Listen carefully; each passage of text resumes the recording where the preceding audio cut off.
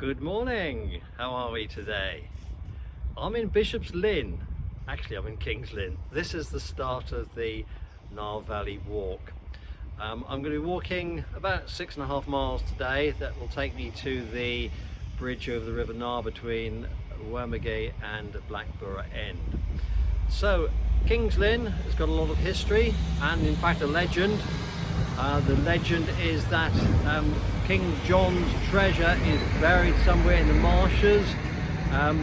King John left King's Lynn on his way to York, and they crossed the King's Lynn marshes, and the train and the entourage got stuck in the mud, and the treasure is still there, allegedly.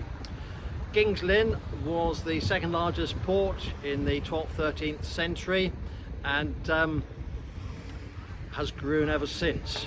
There's been one or two famous people from King's Lynn. Captain Vancouver in 1772 left King's Lynn on the Endeavour and made his way to Canada. It was a 3-year journey, and discovered the Northwest Passage, and eventually where he landed, it's now called Vancouver City. So there are many interesting places in King's Lynn. You will see one or two pictures after this, and so I'm now on my way to start the first leg of the River Nar Walk. So I'm outside Hanseatic Warehouse because King's Lynn traded in the 17th, 18th century with the Russians and Norwegians, and also the Dutch. Believe it or not, whales were brought into King's Lynn, and they were then taken, having been cut up, they were then taken to a suburb called Gaywood, and there the blubber was turned into oil. So that's your history lesson for today. It's a bit busy, so we're now going to walk out of King's Lynn and find the Nar Valley route. Not quite sure where we're going to go. I've had a look at the map, and guess what? I have my coffee and my cake, so it's a bit cloudy at the moment. We'll see whether we can find somewhere quite nice to have that. So catch you in a minute.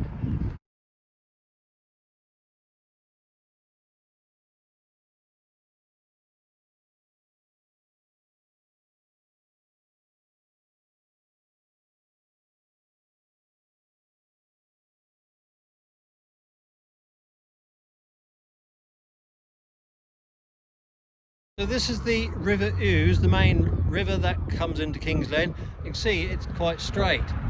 And the reason for that, it was actually dug out. It was a very narrow river. As the marine traffic increased and the fishing port grew, they dug the river out and made it much wider. In fact, we can see the factory on the horizon over there, and areas in between. There were salt marshes, and so salt was then eventually gathered and exported to all parts of the world. But there's a very small amount of fishing done in King's Lynn now, and it's a very small port.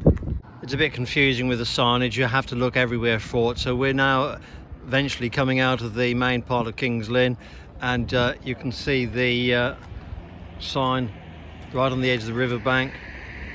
There's the river that we'll be following, and the sooner we get out of the built-up area the better. I really don't like towns. That path, I just showed you the trail marker on it. It was badly overgrown, not well kept at all, full of sticky nettles. So had to leave that. I'm sadly just walking on the side of the road. For about a quarter of a mile, I would imagine, and then hopefully we'll catch the Nar in a few minutes time. I have to say I'm not impressed with the waymark signage, so we're now going onto the A47, and we had to do a slight detour. Hello! Nice bit of graffiti on the side there.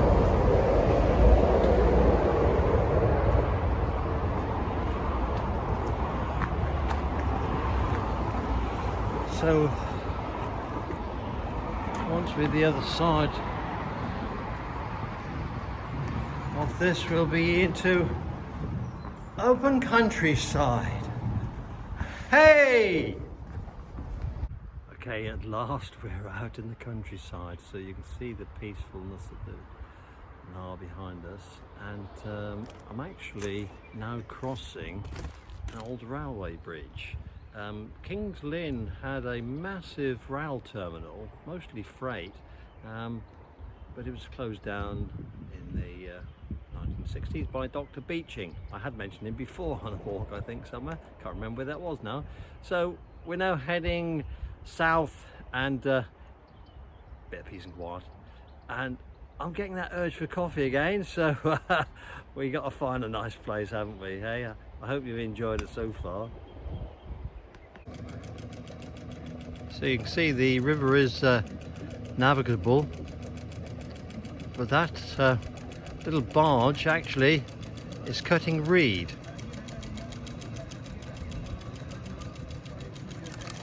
Look at that.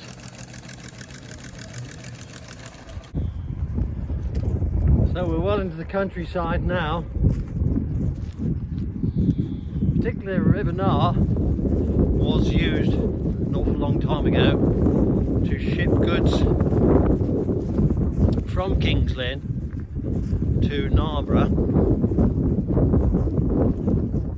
At Narborough there was the remains of a bone meal factory. When I say bone meal, I'm referring to the human variety, because they were ground up, they were bones brought in from Germany, they were ground up and then spread on the land.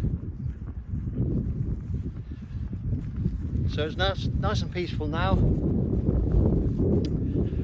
The countryside is quite open and flat now, which is nice. Yummy blackberries. It's a great year for blackberries. I think they must be early. Oh look, there's a butterfly over there as well.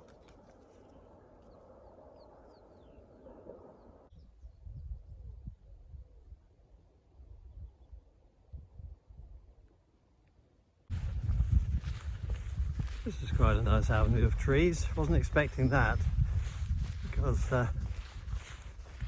essentially it's very flat and on the edge of the fens.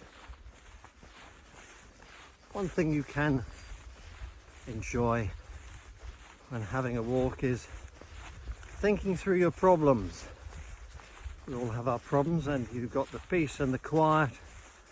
You've got the fauna, the flora, and maybe the sun on your back.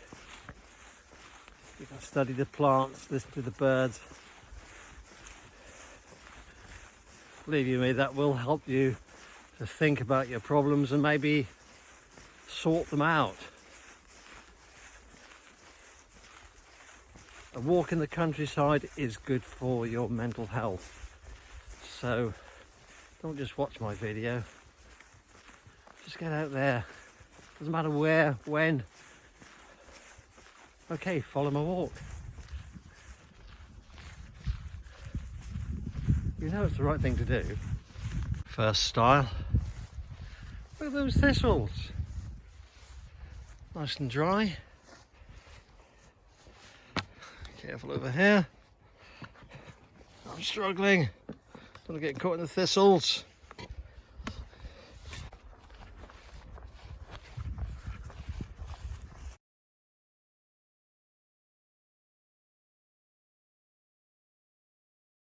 Just stopped at a pumping station, and this is a drain where they'll take water out from the fens and put it in the Nar, then eventually that goes into the River Ouse. It just controls the water level.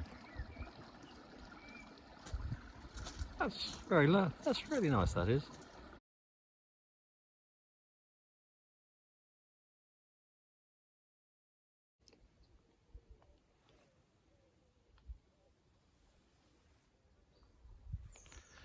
So now approaching the bridge that has the London to King's Lynn train above it. I hope these planks are sound. They've got wire meshing over so you don't slip, but not sure how safe they are.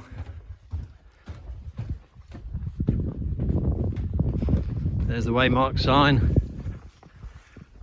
Nice solid post. This is quite stunning.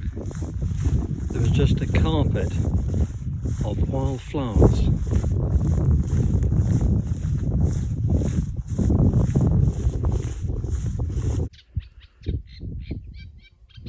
That's the sound of a reed warbler. What a lovely sound. I've never seen one though, because they're hidden in those reeds. So now coming up to the A10, which is the main trunk road from King's Lynn to Cambridge. We'll be going straight over the road, and you can just see above the bridge there is the waymark sign, and that will continue on to the next bridge at Wormegay, which will be the end of today's walk. And I will chat to you again when I'm at the end.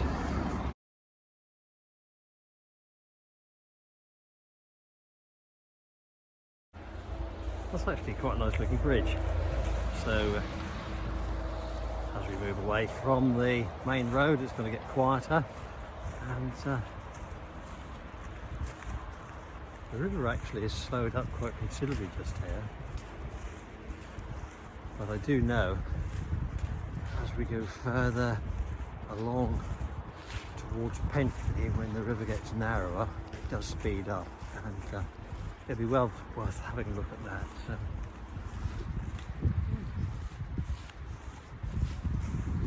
That's quite nice, that river. Just there. As you can see from that field, the harvest is well and truly started. Summer's moving on. We've still got a lot of gorgeous weather to look forward to, I'm sure of that.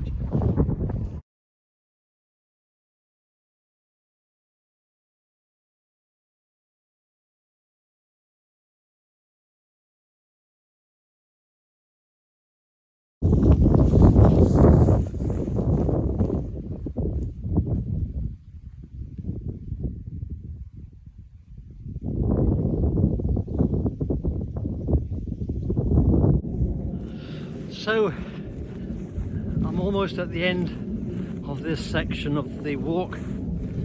We're just coming up to the bridge that leads from the village of Wormegay to Blackburn End, and then thereafter there's a series of videos on my YouTube page. So if you'd like to see the full 34 miles of the walk which finished in Gresham Hall, have a look at those and subscribe.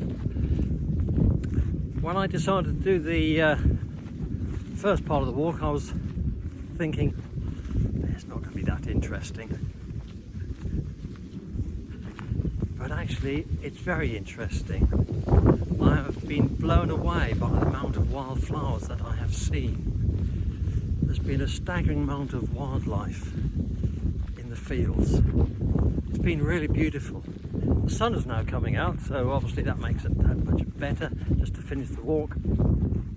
So all I need to do is to say thank you very much for watching this video. I hope you've enjoyed it, and as I said earlier, just get out and walk. It's good for you. Enjoy the environment that we have around us. So that's it for the time being. Thanks again for watching. I really do appreciate that. So take care, and watch out for my next video, please. Bye now.